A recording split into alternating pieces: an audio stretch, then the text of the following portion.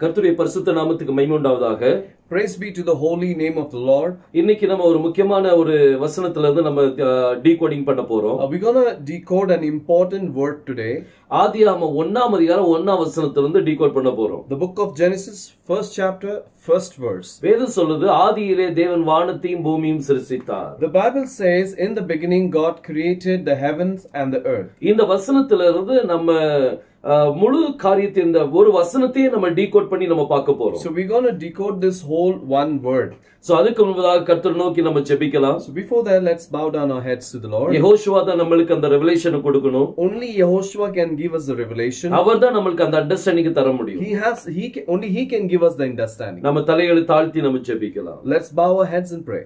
வானத்தையும் பூமியும் படைத்த எங்கள் எலோஹிம் தேவனே, the Elohim God who created the heaven and the earth, எங்கள் எல் ஷடாய் தேவனே உம்மை துதிக்கிறோம் அப்பா. we praise you, O El Shaddai God. யெகோஷுவா மேசேவின் நாமத்தினாலே ஜெபிக்கிறோம். we pray in the name of Yehoshua Messiah. ஆதியாகமம் 1ஆம் அதிகாரம் 1ஆம் வசனத்துல இருந்து எங்களோடு பேசுங்கப்பா.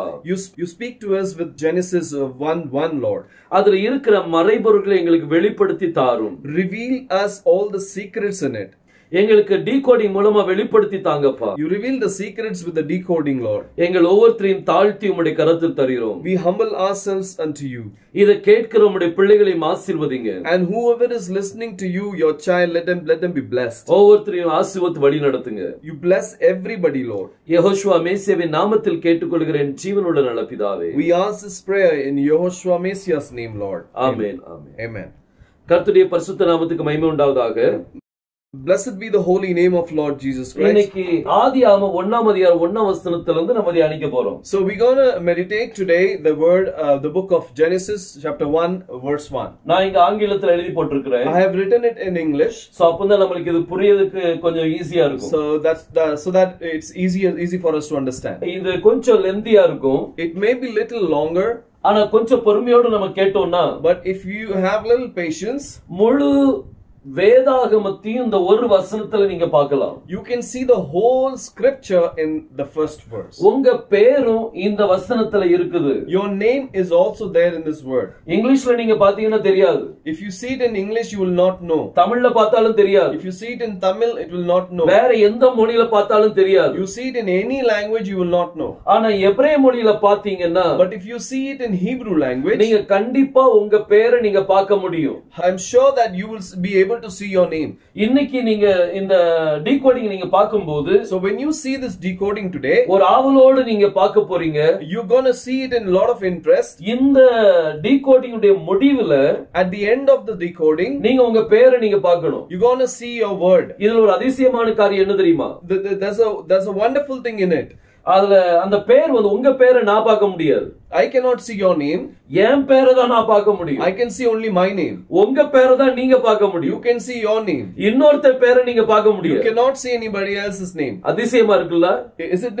isn't it surprising? இந்த டீகோடிங் முடிவுல நீங்க அதை பார்க்க போறீங்க. you will see it at the end of the decoding. இப்போ நம்ம ஒண்ணு நம்ம ஆரம்பிக்கலாம். so let's start it one by one. இந்த beginning அப்படிங்கிற அந்த வார்த்தைக்கு, the word in the beginning, அதுக்கு எபிரேய மொழியில பெரஷித் அப்படினு சொல்லுவாங்க. we call this three word bereshit in Hebrew.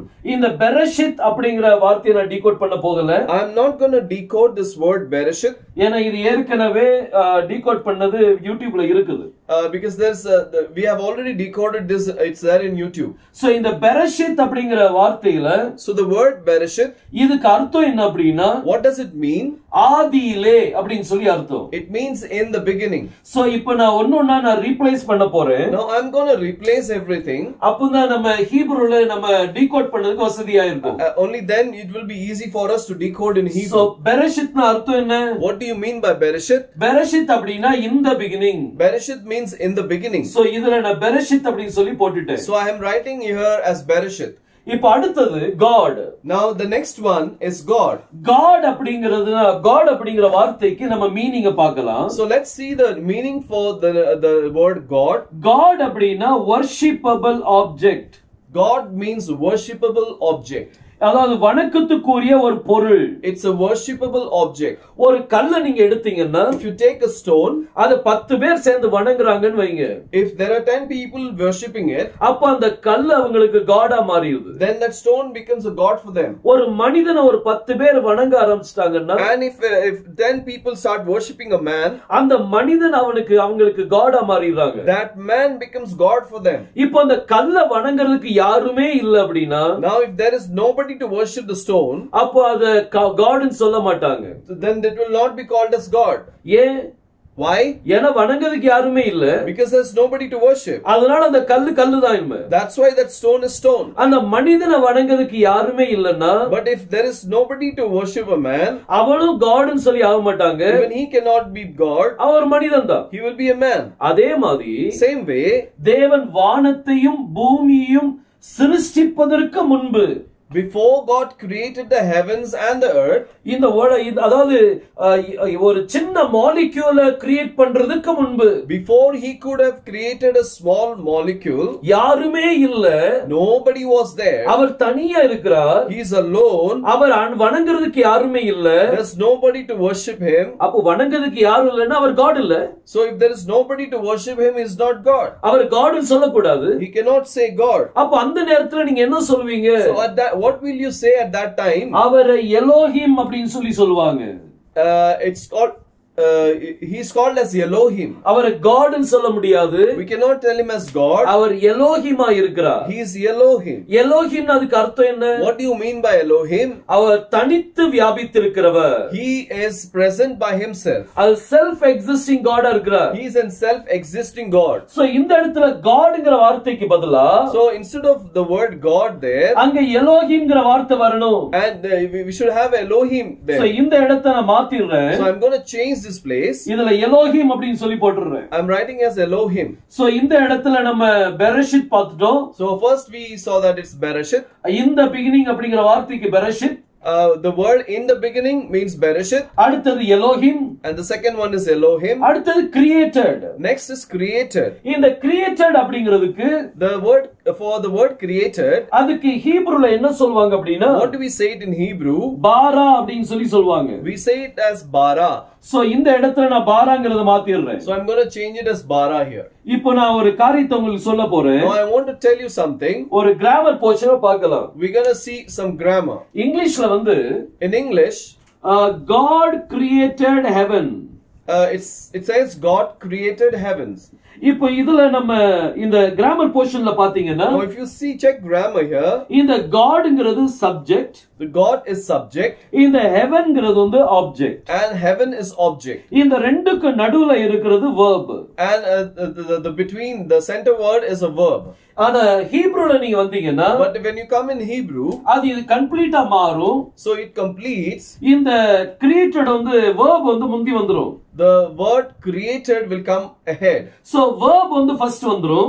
the verb will come first. அதுக்கு பிறகு subject வரும். and after that the subject comes. அதுக்கு பிறகு தான் object வரும். and later the object is there. So இப்படி தான் இதனுடைய sentence formation. This is how the sentence is formed in Hebrew. ஆனா இதுல ஒரு முக்கியமான காரியம் என்னன்னா, but there is something important here. இந்த verb இருக்குது, the verb is there, subject இருக்கும், subject is also, objectக்கு முன்னாடி and before the object ஒரு object indicator வரும். there will be an object indicator. அந்த object indicatorக்கு பிறகு தான் object வரும். and after the object indicator you will get the object. இது வந்து mandatory. This is a mandatory one. So இந்த object indicator கண்டிப்பா வரணும். so the object indicator has to come. So இப்போ இத கொஞ்சம் நான் மாத்துறேன். so I'm going to change these things. இப்போ இந்த created அப்படிங்கிறதுக்கு ஹீப்ரூல என்ன சொல்வீங்க? so what do we say a creator in Hebrew? அத பாரான்னு சொல்வீங்க. that is bara. அப்போ பாரா முன்னாடி வரணும். so bara has to come first. அப்புறம் எலோஹிம் பிறகு வரணும். and Elohim will come next. So இங்க முதல்ல பாரா எழுதிருந்தேன். so I'll write bara here. அடுத்தது Elohim. next is Elohim. So இந்த இடத்துல நம்மளுக்கு verb இருக்குது. So there's a verb here. Subject இருக்குது. And the subject. Object இங்க இருக்குது. Now the object is here. ஆனா object indicator வேணும். But we need an object indicator. இந்த object indicator என்ன சொல்வாங்க அப்படினா? What do they say this object indicator? Yet அப்படினு சொல்வாங்க. They call it as yet. So இந்த yetங்கற எழுத்தை நான் எழுதிறேன். So I'm writing the yet here. So இப்போ இதனுடைய sentence நீங்க பாருங்க. Now you read now you see the sentence. Bereshit bara Elohim yet. Bereshit bara Elohim yet. So இப்போ further நம்ம பார்க்கலாம். Now let's go ahead. நான் இது கம்ப்ளீட்டா ஹீப்ரூல எழுதின பிறகு Now after I write this complete thing in Hebrew, அதுக்கு பிறகு நம்ம டீகோடிங் பண்ண போறோம். Later we'll start the decoding. ஏனா இதுல உங்களுக்கு எத்தனை என்னன்னு புரியும்ங்கிறதுக்காக நான் இப்படி எல்லாம் உங்ககிட்ட பேசிட்டு இருக்கேன். So you should understand what is yet. That's why I'm speaking to you this way. அல்லது நேரடியா ஹீப்ரூல நான் எழுதி போட்டுருப்பேன். Or else I would have written directly in Hebrew. இப்போ அடுத்து Now the next one, heaven அப்படிங்கற வார்த்தை. Now the word heaven. ஹெவனுக்கு ஹீப்ரூல என்ன சொல்வாங்க அப்படினா? Now what do we say heaven in Hebrew? அத ஷமாயிம் அப்படினு சொல்வாங்க. It's called as Shamayim. ஷமாயிம் அப்படினா heavens. Shamayim means heavens. So இந்த heavensக்கு பதிலா ஷமாயிம் போடணும். So instead of this heavens we have to put Shamayim. ஆனா இங்க த இருக்குது. But there is a the. இந்த தக்கு ஒரு எழுத்து போடுவாங்க. For the they put an alphabet. அத ஹ ஹே போடுவாங்க. They put a hey. அதாவது ஹ ஷமாயிம். They write it as Ha Shamayim. Ha Shamayim அப்படினா Ha Shamayim means the heavens அப்படினு சொல்லி அர்த்தம். It means the heavens. So இங்கேயும் நான் ரீப்ளேஸ் பண்ணிருந்தேன். So I'm going to replace it here. இதையும் நாங்க the heavensக்கு பதிலா Ha Shamayim போட்டுறலாம். So instead of the heavens I'm putting it as Ha Shamayim. அடுத்து earth. Next one is earth. earthக்கு ஹீப்ரூல என்ன சொல்வாங்க? So what is it called in Hebrew? Eretz அப்படினு சொல்வாங்க. It's called as Eretz. earthக்கு ஹீப்ரூல eretz. Earth is called as Eretz in Hebrew. இப்போ இங்க the வந்திருக்கிறதுனால there is a the. இங்க ha வரணும். So there has to be a ha. இதுல இந்த ஏங்கிறதுக்கு பதிலா ஆ வந்துரும். And for a it will be a. So ha eretz அப்படினு சொல்லி வரும். So it will be ha eretz. So இந்த இடத்துல the earthக்கு பதிலா நான் ரீப்ளேஸ் பண்ணிருந்தேன். So instead of the earth I'm replacing it. அத ha eretz அப்படினு சொல்லி போட்டேன். So I'm putting it as ha eretz. இந்த andக்கு என்ன செய்வீங்க? So and what will you do? andக்கு ஹீப்ரூல என்னது? For what do we have for and in Hebrew? andக்கு வந்து wow. For and we put wow. So இந்த wow நான் அங்க போட்டுறேன். So I'll put wow here. Okay, நான் ஒண்ணொண்ணா உங்களுக்கு நான் ரிப்ளேஸ் பண்ணி காமிக்கிறேன். I'm replacing one word. அப்பதான் உங்களுக்கு அது புரியும். Only then you will understand it. இப்போ கொஞ்ச நேரத்துக்கு முந்தி நாம பார்த்தோம். So a few minutes back we had seen. இந்த எத் வந்து என்னது? What is this earth? இது object indicator. That's an object indicator. அதனால தான் ஷமாயிம்க்கு முன்னாடி எத் வந்திருக்குது. So that's why there is an earth before Shamayim. ஆனா இங்க ரெண்டு ஆப்ஜெக்ட் இருக்குது. But there are two objects. ஒன்னு ஷமாயிம். One is Shamayim. அடுத்தது எரெட்ஸ். And the second one is Eretz. அப்ப இங்க இதுக்கு முன்னாடியே ஒரு எத் வரணும். So before this or Eretz also there should be a eth. So wow கூட நீங்க எத் சேர்த்தீங்கன்னா So if you add an eth to wow, அப்ப இத சேர்த்து உச்சரிக்கும்போது so when we pronounce it together, வே எத் அப்படினு சொல்வாங்க. it is said as veyet. So இத நான் ரீப்ளேஸ் பண்ணிடுறேன். So I'm going to replace it. இத வே எத்னு போட்டுறலாம். So let's put it as veyet. இது வந்து முதல் வசனத்தை நம்ம கம்ப்ளீட் பண்ணிருக்கோம். So this is the first word. இப்போ நான் ஃபுல்லா வாசிக்கலாம். Let's read the full. Bereshit bara Elohim. Bereshit bara Elohim. Yet ha shamayim. Yet ha shamayim. Veyet ha aretz. Veyet ha aretz. இதுதான் முதல் வசனம். So this is the first word. So இப்போ இந்த வசனத்துல now in this word இப்போ இதுல மொத்தம் 7 வார்த்தைகள் இருக்குது. Now there are 7 words here. முதல் வார்த்தை Bereshit. First word is Bereshit. இரண்டாவது வார்த்தை bara. Second is bara. மூணாவது Elohim. Third is Elohim. நாலாவது Yet. Fourth is Yet. அஞ்சாவது ha shamayim. Fifth is ha shamayim. ஆறாவது வந்து Veyet. Sixth is Veyet. ஏழாவது வந்து ha aretz. And seventh one is ha aretz. இந்த 7 வார்த்தைகள் These 7 words முதல் வசனத்துல இருக்குது. are there in the first words. முதல் வசனமே perfection. The first word itself has perfection. இதுல ஒரு ஒன்றரை வார்த்தை translation பண்ணப்படல. Oh, there is 1.5 word which is not been translated. இந்த எத்துங்கிற வார்த்தை translation பண்ணப்படவில்லை. The word yet is not being translated. அதுமே வேயத்துல இந்த எத்து வந்து translation பண்ணப்படவில்லை. And even in this veyet the yet is not translated. So ஒன்றை எழுத்து translation பண்ணப்படல. So there is 1.5 word which is not been translated. இப்போ தான் நம்ம இதுல தான் ஃபோக்கஸ் பண்ண போறோம். Now we are going to focus on this. இதுதான் நம்மளுக்கு மெயின் decoding portion இதுதான். So this is our main decoding portion. இந்த yet பற்றி யூத ஜனங்கள் என்ன சொல்றாங்க? What do the Jews say about yet? Grammar படி அது என்னது? What is it according to grammar? அதுல மீனிங் இருந்துச்சுன்னா அதை ரீப்ளேஸ் பண்ண என்ன ஆகும்? So if there is a meaning to it, what will happen if we replace it? அதே மாதிரி டீகோடிங் பண்ண என்ன ஆகும்? Same way, if we decode, what would happen? இந்த 4 காரியத்தை நம்ம பார்க்க போறோம். So we're going to see these 4 things in this. So முதலாவது இந்த எத்னா என்னங்கறத நம்ம பார்க்கலாம். So firstly, we're going to see what is yet. இந்த எத்ங்கற வார்த்தையில the word yet, அதுல 2 alphabet வரும். There are 2 alphabets in it. ஒன்னு வந்து aleph, one is aleph, அடுத்தது tav. Second is tau. Aleph வந்து ஹீப்ரூல first alphabet. Aleph is the first alphabet in Hebrew. அடுத்தது tav வந்து அது ஹீப்ரூல கடைசி alphabet. And the alphabet tau is the last alphabet in Hebrew. So first and last சேர்ந்தது தான் எத். So these two, first and the last alphabet makes yet. So இந்த எத் வந்து ரொம்ப முக்கியமான ஒரு காரியம். So the yet is very important. இப்போ இந்த எத் வச்சு நாம अनेक காரியங்களை பார்க்க போறோம். So with this yet we're going to see a lot of things. So முதல் காரியம், first thing, யூதர்கள் என்ன சொல்றாங்க? What do the Jews say? அவங்களுடைய அபிப்பிராயம் என்ன? What is their thought? இந்த யூதர்களுடைய அபிப்பிராயம் என்ன? What are the Jews thought? அத முதல்ல பார்க்கலாம். Let's see that. இங்க பைபிள் சொல்லுது, the Bible says, Bereshit bara Elohim yet. Bereshit bara Elohim yet. In the beginning God created yet. In the beginning God created yet. இதுதான் அவங்க வாசிக்கக்கூடிய விதம். This is how they read it. இதுல full stop வச்சிருவாங்க. There they will keep they will place a full stop. அதாவது Jewish யூதர்கள் மத்தியிலயும், in between the Jews, அவங்க மத்தியிலயும் decoding பண்றவங்க இருக்காங்க. There are many who decode like this. So அவங்களுடைய thought வச்சு தான் நான் உங்களுக்கு சொல்றேன். So I'm going to explain you with their thoughts. So அவங்களுடைய அபிப்பிராயங்கள் என்ன அப்படினா, so what are their thoughts? Bereshit bara Elohim yet அப்படிங்கறதுல full stop வைக்கறாங்க. They keep a full stop after yet. அது அவங்களுடைய அபிப்பிராயம் என்ன? So what is their thought? இந்த வானத்தையும் பூமியையும் படைப்பதற்கு முன்பதாக, before the heaven and the earth were created, அவர் முதல்ல yet கிரியேட் பண்றார். He first created yet. இதுதான் யூதர்களுடைய தாட் அது. This is the Jews' thought. So in the beginning God created yet.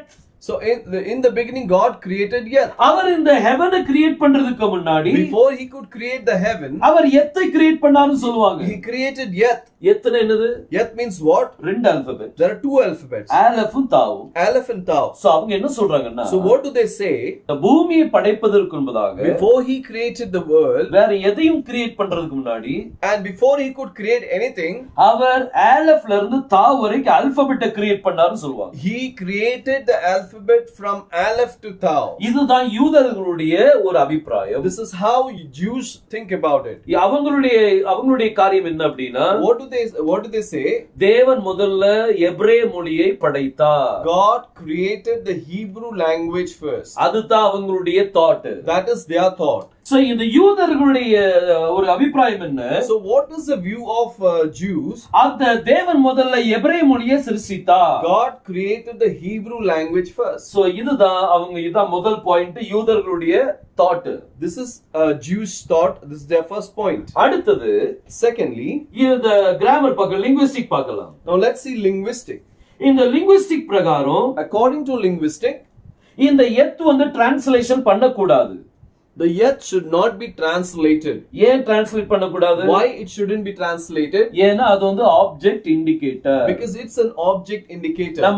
நம்ம கொஞ்ச நேரத்துக்கு முந்தி நம்ம பார்த்தோம். We had seen this few minutes back. So இது ஒரு இண்டிகேட்டரா இருக்கிறதுனால, so because it's an object indicator, அத வந்து டிரான்ஸ்லேஷன் பண்ண கூடாது. That's why it cannot be translated. பைபிள்ல நிறைய இடத்துல எத்துங்கிறது கொடுக்கப்பட்டிருக்குது. There are many places in the scripture where we can see this yet. கிட்டத்தட்ட ஆயிரக்கணக்கான எத்து இருக்குது. More than thousands of yet are there. அந்த இடத்துல எதுவுமே translation பண்ணப்படல. So wherever there is yet, it has not been translated. ஏன் translation ஆகல? Why it was not translated? ஏன்னா அது object indicator. Because it's an object indicator. அது translation பண்ணக்கூடாது. So we should not translate it. So இது linguistic உடைய ஒரு கருத்து. So this is a view of linguistics. So யூதருடைய கருத்து என்ன? What is the view of Jews? தேவன் வானத்தையும் பூமியையும் படைப்பதற்கு முன்பதாக, before God could create heaven and earth, அவர் மொழியை படைத்தார். He created language. ஹீப்ரு மொழியை படைத்தார்ங்கிறது அவங்களுடைய கருத்து. He created Hebrew language. That is their view. அடுத்தது கிராமர் படி பாத்தீங்கன்னா, and according to grammar, if you see, இந்த எத்த டிரான்ஸ்லேஷன் பண்ண கூடாது. this yet should not be translated. ஏன்னா அது object indicator. because it's an object indicator. இது கண்டிப்பா இந்த கருத்தை நம்ம ஏற்றுக்கொள்ளலாம். We can actually accept this view. ஏன்னா கண்டிப்பா அக்செப்ட் பண்ணி தான் ஆகணும். because we have to accept it. ஏன்னா இது கிராமர். because that's grammar. சரி, அடுத்தது மூணாவது. thirdly, மூணாவது இதனுடைய மீனிங் என்ன? so what is the meaning of it? இதனுடைய மீனிங் செல்ஃப் அப்படிங்கிற மீனிங் இருக்குது. it means self. சுயம் அப்படிங்கிற மீனிங் இருக்கு. it means self. அப்ப நீங்க இத வாசித்தீங்கன்னா எப்படி இருக்கும்? so if you read how it will be, ஆதியிலே தேவன் சுயத்தை சிருஷ்டித்தார். in the beginning God created self. தன்னை தானே சிருஷ்டித்தார் என்று இருக்கும். He created himself. That's how it would be. எத்தனை பேர் ஏற்றுக்கொள்வீங்க? how many will accept? இத ஏற்றுக்கொள்ள கொஞ்சம் கஷ்டம்.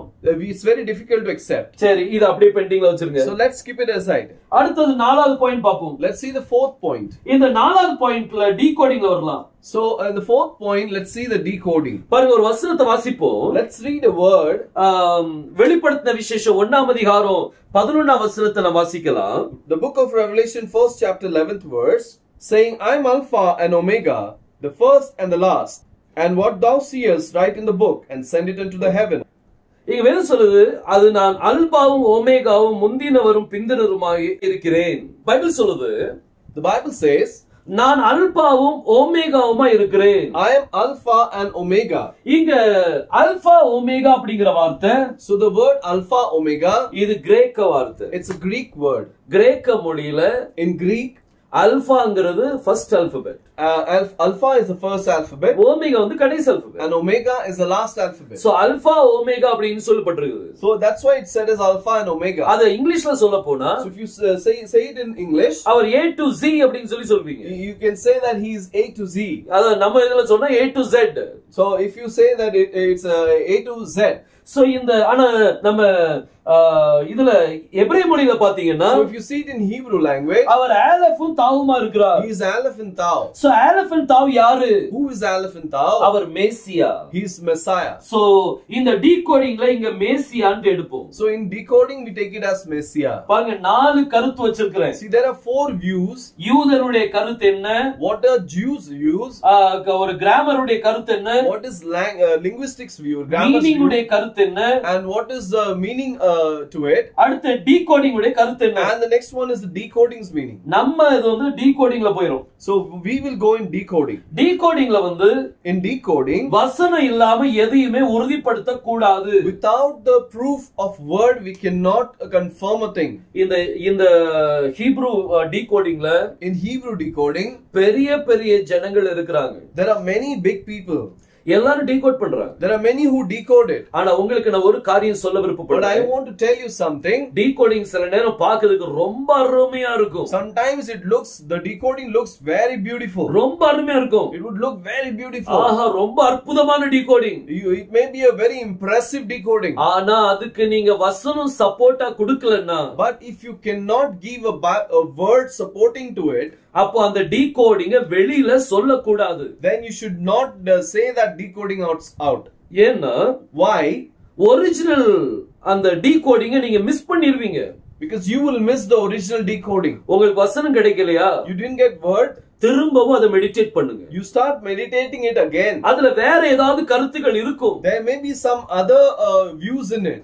இப்போ இந்த பெரஷித்ங்கற வார்த்தையில, so in this word bereshit, அதுல நிறைய டீகோடிங் இருக்கு. there are many decodings there. ஒரு சிலவங்க பெரஷித்ங்கற வார்த்தையிலே, some with the word bereshit, மேசி அடிக்கப்பட்டார்னு சொல்லி காமிப்பாங்க. they will show that Messiah was crucified. ஆனா அதுக்கு சப்போர்ட்டிங் வசனம் கிடையாது. but there is no supporting word for it. அவங்க காமிக்கிறது மரித்தார்னு காமிக்க மாட்டாங்க. they will not show that he was dead. அவர் கரம் அழிக்கப்பட்டதுன்னு காமிப்பாங்க. They will show that his hands were destroyed. அப்படி அவர் கரம் அழிக்கப்பட்டதா? His hands were destroyed. அழிக்கப்பட்டதுன்னு வராது. It will not be such a way. பார்க்கிறதுக்கு அழகா இருக்குது. It's very beautiful to look at. ஆனா அத நீங்க அந்த டீகோடிங் நீங்க அக்செப்ட் பண்ண முடியாது. But we cannot accept that decoding. ஏன்னா அவர் தன்னுடைய சரீரத்தை அழிவை காண விட்டார். He does not allow his body to be corrupted. So தேவன் அதை அழிக்க விட மாட்டார். So God will not allow to destroy it. அப்ப அதல destroy சொல்லி எப்படி வரும்? So how will the destroy word come there? Destroy வராது. There will be no destroy. அப்ப அதுக்கு வேற ஏதாவது டீகோடிங் So இருக்கு. there may be some other decoding for that. So இந்த மாதிரி டீகோடிங் நீங்க பண்ணீங்கன்னா, so if you decode, supporting வசனம் வேணும். you need a supporting word. இப்போ நான் இந்த மேசியான்னு நாங்க காமிக்கிறேன். So I am showing that Messiah is here. அப்ப அதுக்கு நான் டீகோடிங் வசனம் காமிக்கணும். Then I have to show a decoding word for it. So நாலு கருத்துக்களை பார்த்திருக்கிறோம். So we have seen 4 views. இப்போ நம்ம டீகோடிங் குள்ள போகலாம். Now let's go into decoding. நான் இது எல்லாத்தையும் அழிச்சிடுறேன். I'm going to erase everything. இப்போ நம்ம இந்த எத்துங்கிற வார்த்தையை மேசியான்னு சப்ஸ்டிட்யூட் பண்ணி பார்க்க போறோம். So we're going to check and substitute the word eth and show whether it's Messiah. So எத்துல ரெண்டு எழுத்து இருக்குது. So there are 2 alphabets in eth. Aleph tau. Aleph and tau. இதுதான் எத்துன்னு சொல்றோம். This is eth. டீகோடிங்ல எத்த வந்து மேசியான்னு நம்ம இப்ப சப்ஸ்டிட்யூட் பண்றோம். So in decoding we're going to substitute the meaning of eth as Messiah. So இங்க இந்த இடத்துல அவர் மேசியா அப்படினா, so if here he is Messiah, அப்ப இங்கேயும் அவர் மேசியா தான். then here also he is Messiah. ரெண்டு இடத்துலயும் மேசியா தான் வரும். Both the place it will be Messiah. இப்போ நான் உங்களுக்கு இத வாசித்து காமிக்கிறேன். Now let me read this. கொஞ்சம் கஷ்டமா இருக்கும், கொஞ்சம் கசப்பா இருக்கும். It will be little bitter. ஆனா அந்த டீகோடிங் கன்ஃபர்மேஷன் வரும்போது தான் புரியும் உங்களுக்கு. But if you get the decoding confirmation, then you understand. பெரஷித்னா என்னது? What do you mean by Bereshit? In the beginning. In the beginning. பாரானா என்னது? Bara means சிருஷ்டித்தார். creator. எலோஹிம்னா என்ன? What do you mean by Elohim? தேவன். God. எத்னா யாரு? Yeth means whom? மேசியா. Messiah. அப்ப ஆதியிலே In the beginning, தேவன் மேசியாவை சிருஷ்டித்தார். God created Messiah. அது கரெக்ட்டா வருமா? Will it be correct? இது அக்செப்டபிளா? Is it acceptable? நம்மளால இதை ஏற்றுக்கொள்ள முடியுமா? Can we accept this? Messiah கிரியேட்டடா? Messiah, was he created? அது எப்படி ஆகும்? How is it possible? பாருங்க, இது அப்படியே அத வச்சிட்டு just leave it like that. இனிமே நம்ம வசனங்களுக்குள்ளாக நம்ம போகலாம். Let's get into the words. பாருங்க, வாசிப்போம். கொலோசியர். Let's read Colossians 1ஆம் அதிகாரம் 14ஆம் வசனத்தை வாசிக்கலாம். chapter 1 14.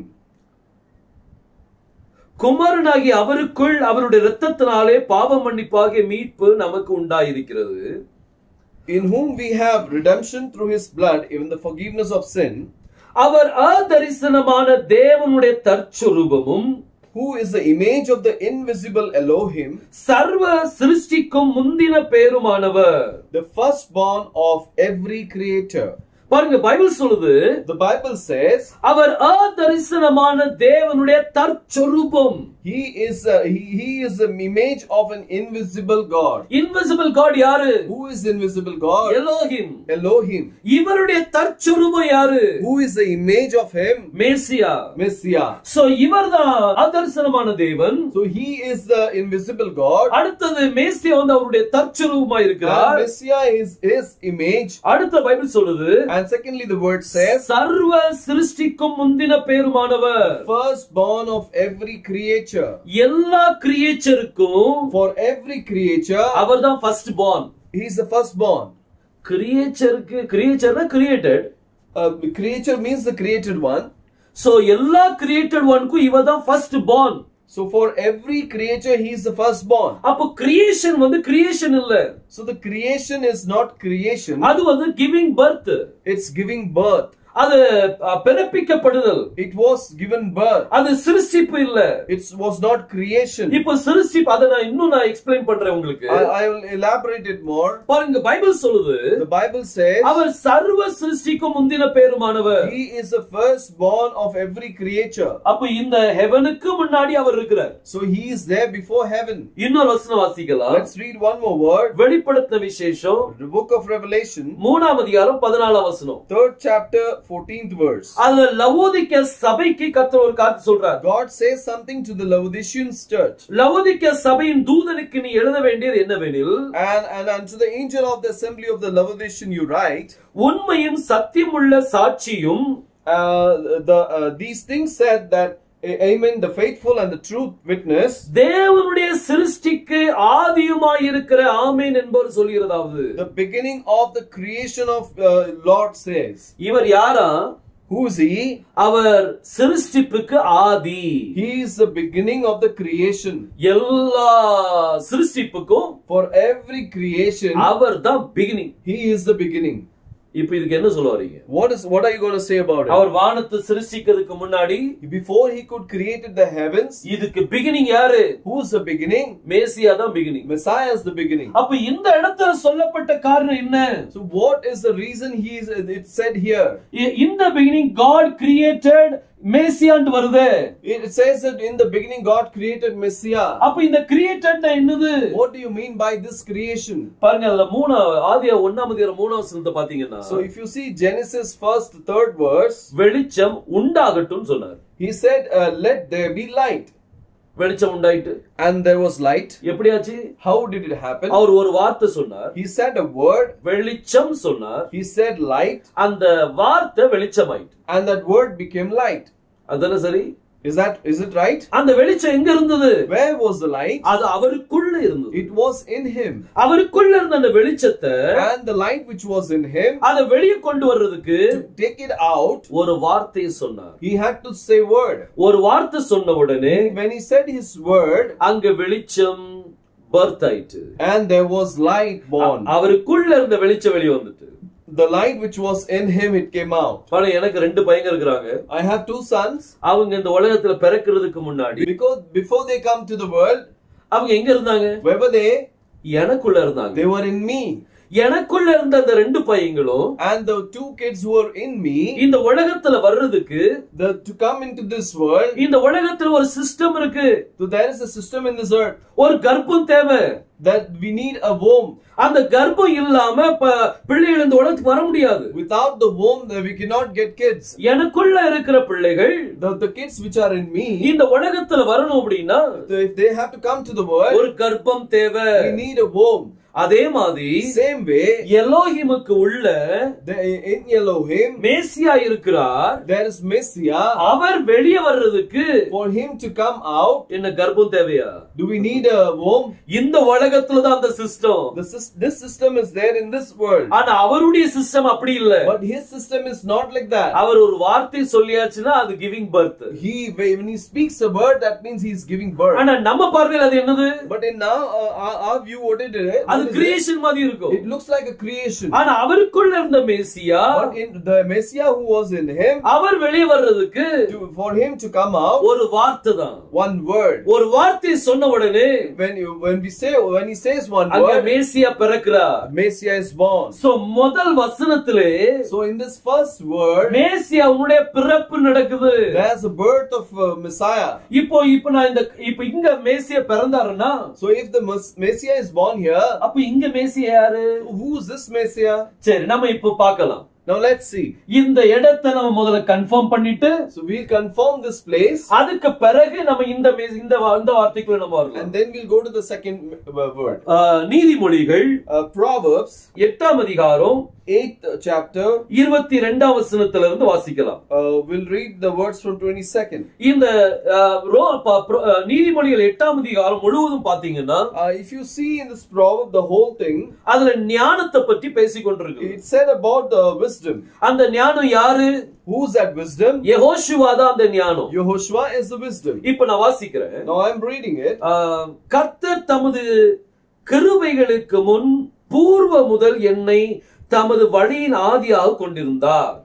and the Lord possessed me in the beginning of his way, before his works of old.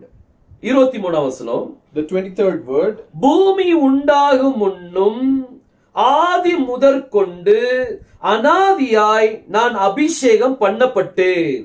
I was set up from everlasting, from the beginning, or ever the earth was. இங்க ஆங்கிலத்துல நீங்க பாத்தீங்கன்னா, if you see in English, அதுல setup அப்படின்னு சொல்லி கொடுக்கப்பட்டிருக்குது. it said as set up.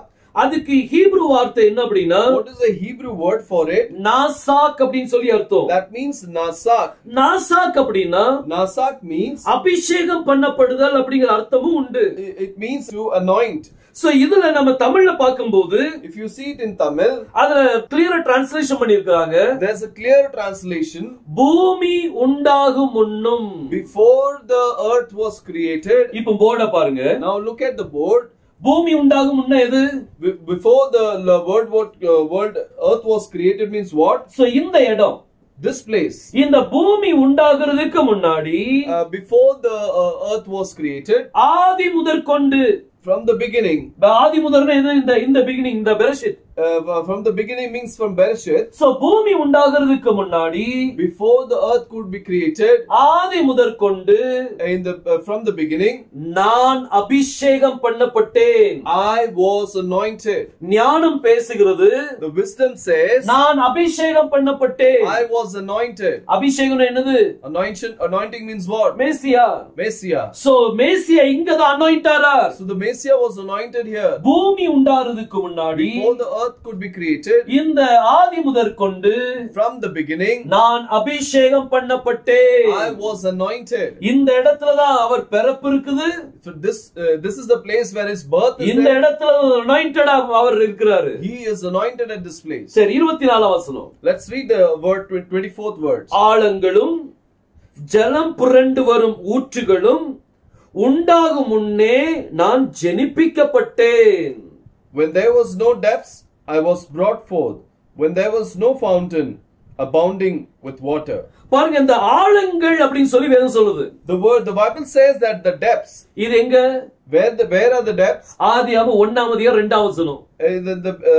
It's in Genesis 1st chapter 2nd verse. ஆழத்தின் மேல் இருள் இருந்தது. There was darkness upon the deep. So இந்த ஆழங்கள் உருவாகிறதுக்கு முன்னாடி, before the depth was created, ஜலம் புரண்டு வரும் ஊற்றுகளும் உண்டாகும் முன்னே, and before the unbounding fountains were created, fountains of water created, ஜலம் புரண்டு வந்திருக்குது. those days there was a water flooding. So அதுக்கு முன்னாடி, before that, நான் ஜெனிப்பிக்கப்பட்டேன். I was brought. சோ அவர் பிறக்கிறாரு. He was born. ஆழங்கள் உண்டாகிறதுக்கு முன்னாடி அவர் பிறக்கிறாராம். Before the depth could be created, he was born. அதுதான் பைபிள் சொல்லுது. That's what the Bible says. உங்களால நம்ப முடியுமா? Can you believe that? இந்த கிரியேட்டட்னா கிரியேட்டட் இல்ல. The created means it's not the actual created. அது ஜெனிப்பிக்கப்படுதல். It means to give birth. So இது ஜெனிப்பிக்கப்படுதலை குறிப்பிடுது. So it means it indicates to give birth. So முதல்ல அபிஷேகம் பண்ணப்பட்டார்னு பார்த்தோம். First we had seen that he was anointed. அதுக்கு பிறகு ஜெனிப்பிக்கப்பட்டார்னு பார்த்தோம். Then we had seen that he was born. இப்போ 25ஆம் வசனத்தை வாசிக்கிறேன். Let's read the word of 25th verse. மலைகள் நிலை பெறுவதற்கு முன்னும் குன்று உண்டாவதற்கு முன்னும் அவர் பூமியையும், இந்த பூமி, அவர் பூமியையும் அதன் வெளிகளையும் பூமியில் உள்ள மண்ணின் திரள்களை உண்டாக்கும் முன்னும் நான் ஜெனிப்பிக்கப்பட்டேன். Before the mountains were settled, before the hills was I brought forth, while as yet he had not made the earth, nor the fields, nor the highest part of the dust of the world. பாருங்க, வேதம் சொல்லுது, the word says, பூமியையும், the world, அதன் வெளிகளையும், and the fields, பூமியில் உள்ள மண்ணின் திரள்களையும், and before the dust of the world, இது உண்டாக்குறதுக்கு முன்னமே நான் ஜெனிப்பிக்கப்பட்டேன். and before these all was created, I was brought forth. So இந்த பூமி வர்றதுக்கு முன்னாடி அவர் பிறந்துட்டார். So before the world was come, he was born. எங்க பிறப்பு நடக்குது? Where is the birth taking place? இந்த இடத்துல தான் பிறப்பு நடக்குது. Birth is taking place at this place. பாருங்க, இது இரண்டாவது கன்ஃபர்மேஷன் நான் கொடுக்கிறேன். See, this is the second confirmation I'm giving. அவர் பிறந்தார் அப்படினு. That he was born. அப்ப இது கிரியேட்டட்னா கிரியேட்டட் இல்ல. So the word created means not the creation. அது நம்ம பார்வைக்கு அது created. For our eye it would be created. ஆனா அவருடைய பார்வையில ஜெனிப்பிக்கப்படுதல். But according to him it is brought forth. அடுத்து 27ஆம் வசனத்தை வாசிக்கிறேன். Let's read the 27th word. அவர் வானங்களை படைக்கையில் நான் அங்கே இருந்தேன். When he prepared the heavens, I was there. So வேதம் சொல்லுது, the Bible says, இந்த வானத்தை அவர் படைக்கும்போது, when he was creating the heavens, மேசியா அங்கதான் இருந்தாராம். Messiah was there. அப்போ அவர் இங்க பிறக்கல. So he was not born here. அவர் இங்க பிறக்கிறார். He was born there. இந்த வானத்தை படைக்கும் போதே அவர் அங்க இருக்கிறார். So before the heavens was created, he is there. அப்ப இந்த வானத்தை படைக்கிறதுக்கும் போது, so when he was creating this அவர் இங்க already ஜெனிப்பிக்கப்பட்டாயிற்று. he was already born. இன்னும் 28ஆம் வசனத்தை வாசிக்கிறேன். Let's read the 28th verse. உயரத்தில மேகங்களை ஸ்தாபித்து சமுத்திரத்தின் ஊற்றுகளை அடைத்து வைக்கையிலும் சமுத்திர ஜலம் தன் கரையை விட்டு மீளாதபடிக்கு அதற்கு எல்லையை கட்டளையிட்டு பூமியின் அஸ்திபாரங்களை நிலைப்படுத்துகையிலும் நான் அவர் அருகே செல்ல பிள்ளையாய் இருந்தேன். When he established the clouds above, when he strengthened the fountains of the deep, when he gave to the sea his decree that the waters should not pass his commandment, when he appointed the fountains of the earth, then I was by him as one brought up. பாருங்க, வேதம் சொல்லுது, the Bible says, அவர் அந்த சமுத்திரத்துல வட்டணிக்கையில், and when he was in the sea, அப்போ அந்த நேரத்திலேயும் கூட, at that time too, நான் அவர் அருகில் செல்ல பிள்ளையாய் இருந்தேன். I was by him. செல்ல பிள்ளைன்னு சொல்லி தமிழ்ல கொடுத்திருக்கு. It's given as infant child. So இந்த செல்ல பிள்ளைய அருகில இருந்தே அப்படினு சொல்லி சொல்றாரு. So it says I was like an infant child with him. ஆனா ஹீப்ரூல அப்படி கிடையாது. But in Hebrew it's not like that. அருகில் இருந்தேன்னு தான் இருக்குது. As though he was by him. So இப்போ நான் உங்களுக்கு ஒரு காரியத்தை காமிக்க போறேன். Now I'm going to show you something. So இந்த நீதிமொழிகள் 8ஆம் அதிகாரத்தை வச்சு Proverbs 8 chapter, இந்த இடம் மேசியாதான்னு சொல்லி நான் கன்ஃபார்ம் பண்ணிட்டேன். So I have confirmed that this place is Messiah. இது இந்த பாரான சிருஷ்டிப்பு, நம்ம பார்வையில சிருஷ்டிப்பு. Bara, in our point of view, it is creation. ஆனா அவருடைய பார்வையில ஜெனிப்பிக்கப்படுதல். But his point of view, it is giving birth. So இந்த இடத்துல அவர் பிறக்கிறார். So here he was born. அப்ப இது என்ன? Then what is this? இந்த இடத்துல அவர் எதுக்கு வரார்? Why does he come here again? பாருங்க, நான் இப்போ உங்களுக்கு ஒரு காரியத்தை சொல்ல விருப்பப்படுறேன். I want to tell you something. பெரஷித் அப்படிங்கற வார்த்தை, the word bereshit, அதை ஹீப்ரூல எழுதும்போது, when we write it in Hebrew, முதல்ல பெத் வரும். first is bet, அப்புறம் ரேஷ், aleph, அப்புறம் ஷின், அப்புறம் யோத், அப்புறம் தா and tav. So பைபிள்ல முதல் எழுத்து எது எழுதப்பட்டிருக்குது? Which is the first alphabet in the Bible? அதுதான் பெத். That is bet. ஆனா ஆல்பபெட்ல முதல் ஆல்பபெட் என்னது? But what is the first alphabet? Aleph.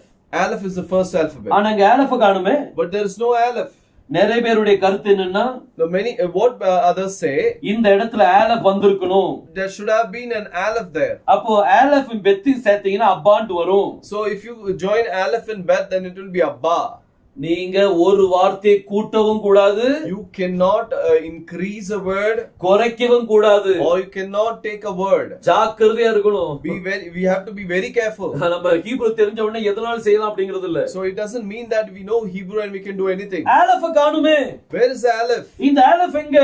Where is aleph? இந்த ஆலஃப் நீங்க பாத்தீங்கன்னா, if you see this aleph, இந்த மேல உள்ள வளைவு வந்து அப்பர் யோதுன்னு சொல்வாங்க. The upper curve is called as upper yod. இது லோவர் யோதுன்னு சொல்வாங்க. And the curve which is below, it's called as lower yod. இந்த ரெண்டு இணைக்கிறது வந்து ஒரு லைன் வருது. And there is a line which is joining both of them. இதுதான் wow. This is wow. இப்போ இதுல, now in this, இந்த அப்பர் யோது வந்து யூத ஜனங்கள் என்ன சொல்வாங்க அப்படினா, now what do the Jews say about upper yod? இந்த அப்பர் யோது வந்து இதுதான் heaven அப்படினு சொல்லி சொல்வாங்க. They say that it is heaven.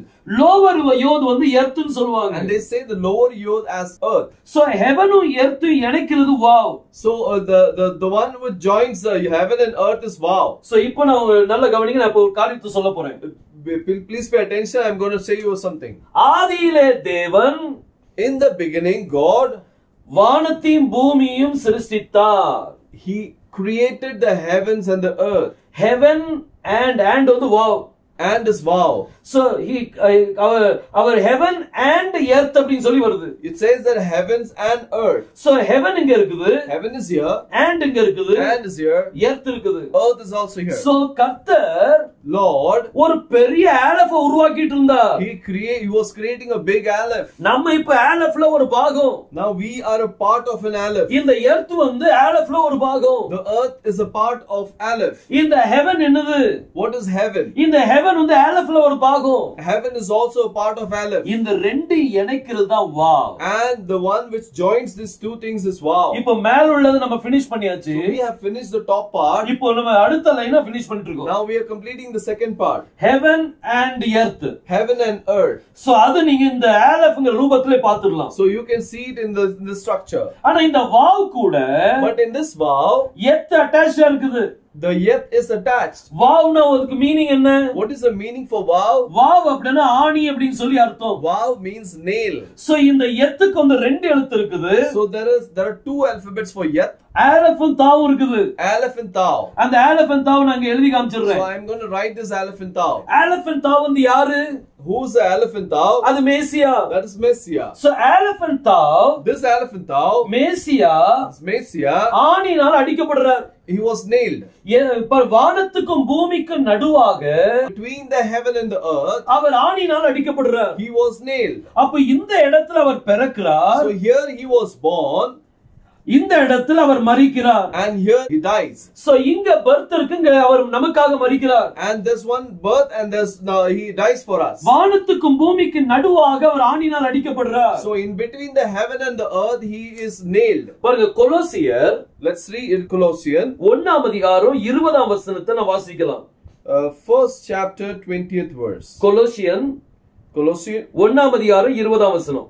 Colossians first chapter verse 20.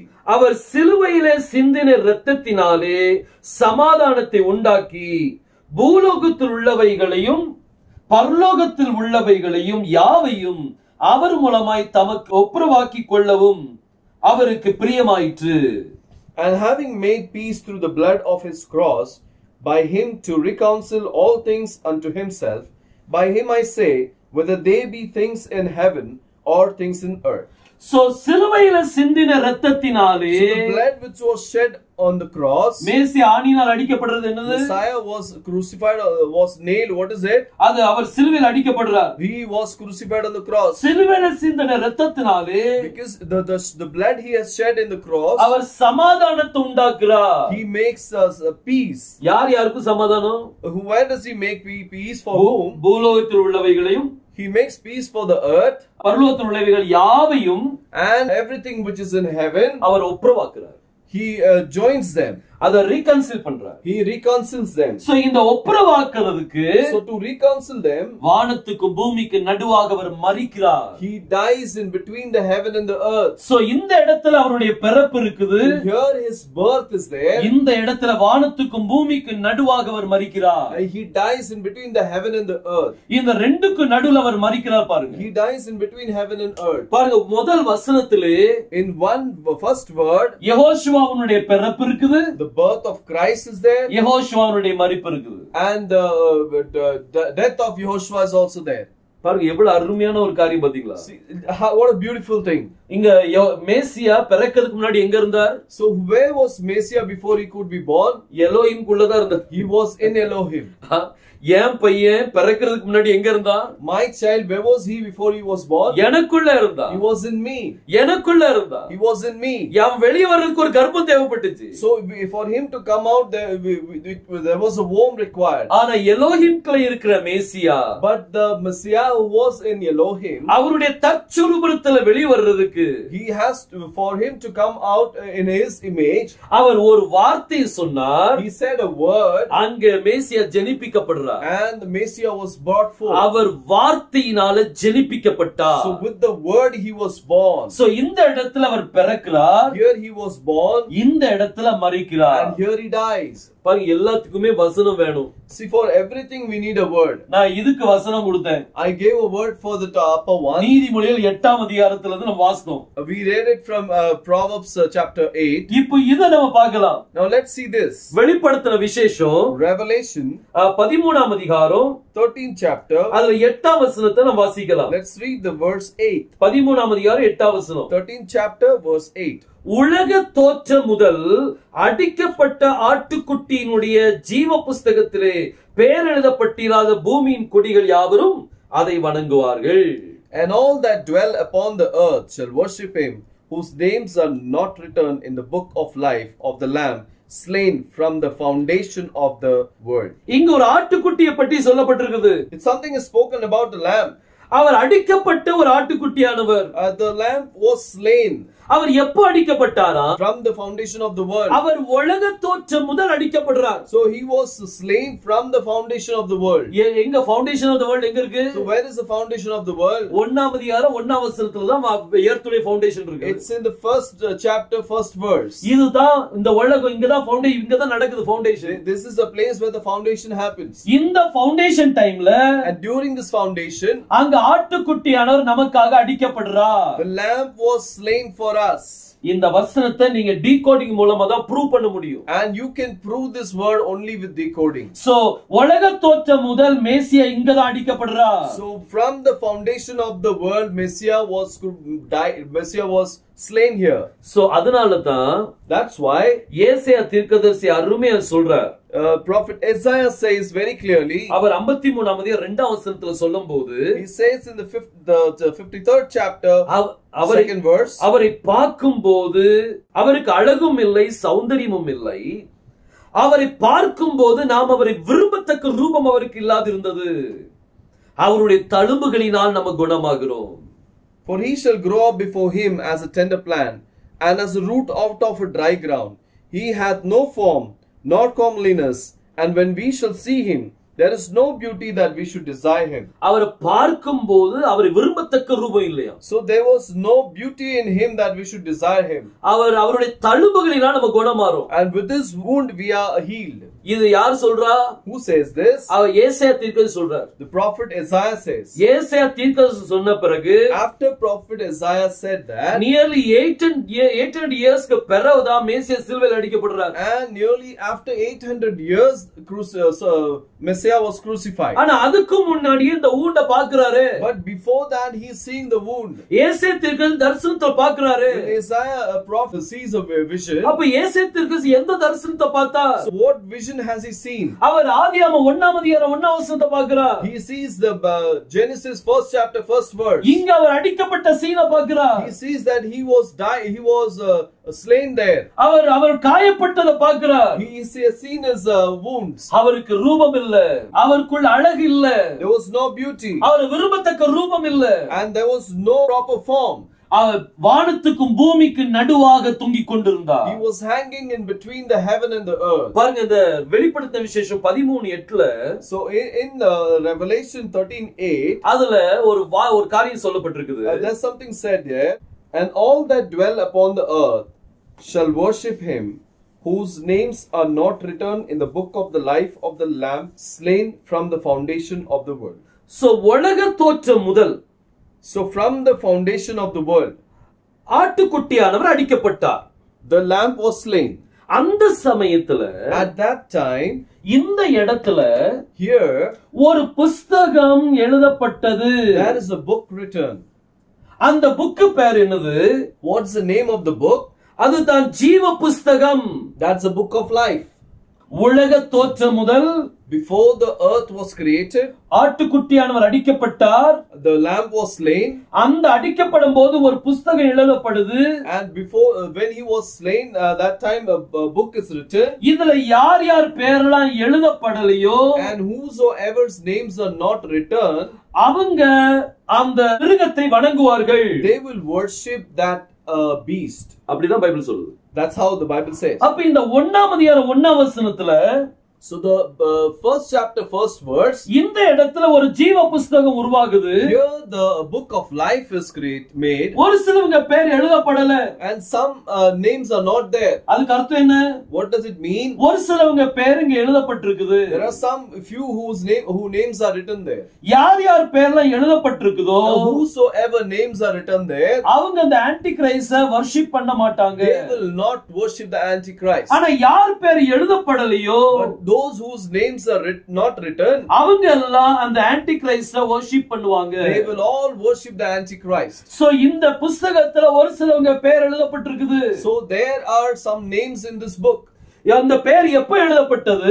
And when was the name written? அது உலக தோற்றம் முதல் எழுதப்பட்டது.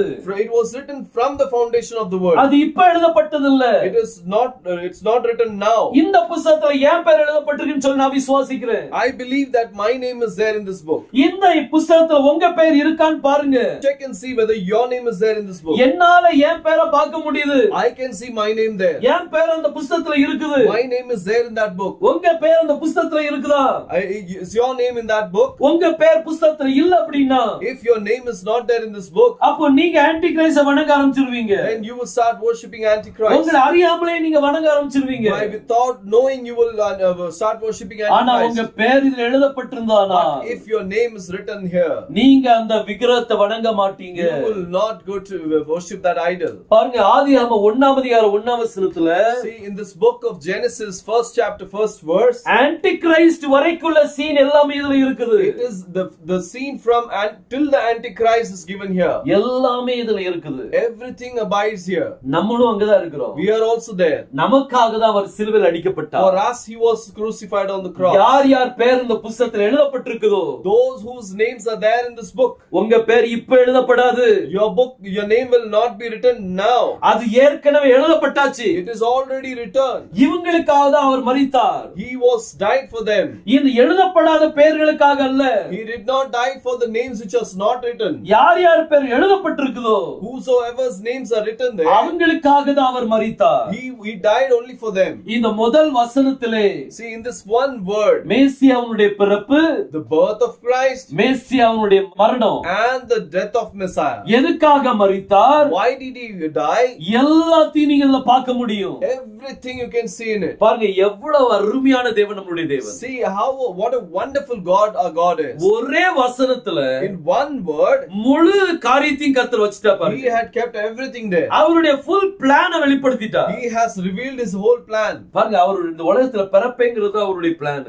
so his plan was I will be born in this world. அவர் son of God இருப்பார். he will be the son of God. son of God னா அர்த்தம் என்ன? what do you mean by son of God? இன்னைக்கு நிறைய பேருக்கு அது ஒரு குழப்பம். there are many who have trouble in this. son of God அப்படினா, son of God means, son of God னா God தான். son of God means God. புரியலையா? you didn't understand? பாருங்க, இப்போ மனுஷனுடைய பிள்ளைகள் யாரு? so who are the children of men? மனுஷன் தான், ஹியூமன் தான். they are human. ஒரு ஹியூமனுடைய பையன் ஹியூமன் தான். a child of human is a human. ஒரு கழுதையினுடைய குட்டி யாரு? who's the donkey is called? அது டாங்கி தான். that is also a donkey. நீங்க எந்த மிருகத்தை எடுத்தாலும் சரி, you take any animal, ஒரு சிங்கத்தின் குட்டி சிங்கம் தான். and a lion's cub is also a lion. ஒரு மனுஷனுடைய பிள்ளைகள் மனுஷன் தான். and human's child is also human. தேவனுடைய குமாரன் அப்படினா, the son of God means he is God. he is God. அவர் தேவன். he is God. அதனால ஒரு தேவனுடைய குமாரன் அப்படினு சொல்லி வேற மாதிரி நீங்க யோசிக்க வேண்டாம். so do not think in a different way that the son of God means something else. son of God அப்படினா God ன்னு சொல்லி அர்த்தம். son of God means God. so இங்க தேவனுடைய பிறப்பு தான் நடக்குது. so here the birth of God is taking place. தேவன் நமக்காக மரித்தார். God died for us. அவர் யார் யார் பேர் இந்த புத்தகத்துல எழுதப்பட்டிருக்குதோ, those whose names are written in the book, அவங்களுக்காக தான் அவர் மரித்தார். for him he died. பாருங்க, வேதம் சொல்லுது, the Bible says, 1 தீமோத்தேயு 3ஆம் அதிகாரம் 16ஆம் வசனம், 1 Timothy 3rd chapter verse 16, அன்றியும் தேவ பக்திக்குரிய ரகசியமானது யாவரும் ஒப்புக்கொள்கிறபடியே மகா மேன்மை உள்ளது. தேவன் மாம்சத்திலே வெளிப்பட்டார். and without controversy great is the mystery of godliness. God was manifest in the flesh. பாருங்க, பைபிள் சொல்லுது, the Bible says, great is the mystery of godliness. great is the mystery of godliness. ஒரு மிஸ்டரிய பத்தி பேசுறார். it says about a mystery. Paul தீமோத்தேயுக்கு letter எழுதும்போது, when Paul writes for Timothy, ஒரு மிஸ்டரிய பத்தி பேசுறார். he speaks about a mystery. என்ன mystery? what is that mystery? தேவன் மாம்சத்தில் வெளிப்பட்டார். the God was manifest in flesh. பாருங்க, தேவன் யாரு? who's God? யெகோஷுவா தேவனா இருக்கிறார். Yehoshua is God. அவர் மாம்ச மாம்சத்திலே வெளிப்பட்டார். He was manifested in flesh. அவர் நமக்காக சிலுவையில் அடிக்கப்பட்டார். He was crucified for us. யார் யார் பேர் புத்தகத்தில் எழுதப்பட்டிருக்குதோ, and whosoever's name is there in the book, அவங்களுக்காக மாத்திரம்தான், only for them. So இப்ப நம்ம எத்துங்கிற வார்த்தைக்கு நம்ம டீகோடிங் பார்த்தோம். So now we have seen the decoding for the word yet. இத ஃபுல்லா நீங்க கேட்டீங்கன்னா தான் இது உங்களுக்கு புரிஞ்சிருக்கும். If you listen to it completely from the beginning, then you would understand. இது பாதியா மட்டும் பார்த்திருந்தாலும் புரியாது. If you see it halfway, then you will not understand it. பாருங்க, இங்க இந்த முழு காரியத்தை நம்ம டீகோட் பண்ணி பார்த்தோம். So we have decoded the whole thing. So இப்போ once again நான் எல்லாத்தையும் உங்களுக்கு ரிஃப்ரெஷ் பண்ணி காமிக்கிறேன். I'm going to refresh everything once again to you. இது சப்போஸ் உங்களுக்கு ஏதாவது புரியல அப்படினா, if you do not understand anything, இத திரும்ப ரிப்பீட் பண்ணி கேளுங்க. you can repeat this and listen to it. ஏனா இது நீங்க எவ்வளவு கேக்குறீங்களோ, the more you listen to it, ஒரு anointing உங்க மேல இறங்கும். there will be an anointing passing to you. பாருங்க, முதல் காரியம் நம்ம பார்த்தோம். We saw the first thing. இந்த இடத்துல இந்த யத் வந்து மேசியா. Here the yet is Messiah. அவர் இங்க பிறக்கிறார். He was born there. Created ங்கிறது நம்ம பார்வையில created. The created word is for us. ஆனா இது வந்து அவருடைய இதுல பார்த்தோம்னா அது ஜெனிப்பிக்கப்படுது. But we see according to him, that means it's giving birth. இதுக்கு நம்ம Proverbs 8ஆம் அதிகாரத்தை நம்ம சூஸ் பண்ணோம். So we had seen Proverbs 8 chapter. 22 வசனத்துல இருந்து 30 வசனம் வரைக்கும் நம்ம பார்த்தோம். We had seen from verse 22 to 30. அடுத்து வானத்துக்கும் பூமிக்கு நடுவாக அவர் மரித்தார். So next one is he died in between the heaven and the earth.